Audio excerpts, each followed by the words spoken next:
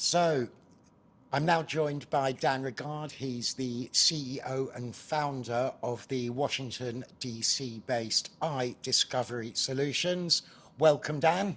Rob, thanks for the invitation, and it's great to be here. I've really enjoyed the conference. Good, good. Now, you were on a panel yesterday called Negotiating a Settlement, and that Yes. was a surprise to me because I thought that all the data discovery came well before the settlement in what is often a long and tortuous class action process. So can you tell me the part that you, your company, and more generally, data discovery plays in the actual settlement negotiation? Well, let's start with the recognition that most cases now do settle. We used to have 20% of our cases went to trial. Now less than half of 1% go to trial. So we should be planning really for settlement, not for trial. And therefore, all the data we collect at any point in the pre-litigation process should help us steer ourselves and prepare for the inevitable and iterative process of settlement negotiations. We help our client do both. Why do you think so few go to litigation? Is it because of the cost of litigation, or perhaps people have more goodwill than they did 20 years ago? I don't think it's the goodwill issue. Cost is always a problem when there's attrition. However, we know that when the rules were changed in 1938 in the United States federal system, we created a system of discovery that allows parties to really get the facts on the table much more broadly and aggressively than other jurisdictions around the world.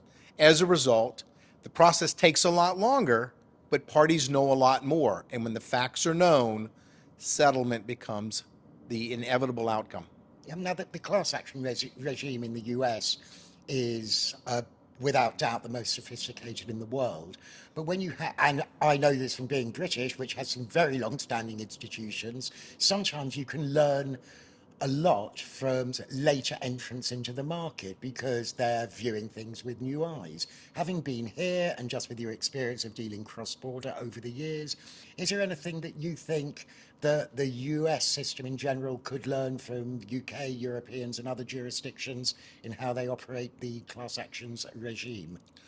I find it extremely educational and interesting to see how Europe is balancing the interest of society with the interest of a well-funded effort to pursue redress. We don't have the same constraints on the amount of fees that the litigants and the funders can earn. We have different considerations, and I don't know that one system or the other is the right system, but seeing both of the various philosophies laid out side by side is extremely educational. No, that's fantastic. And finally, because I know we both want to go off and grab a cup of coffee, have you enjoyed this symposium? I can say that this symposium has far outstripped my expectations.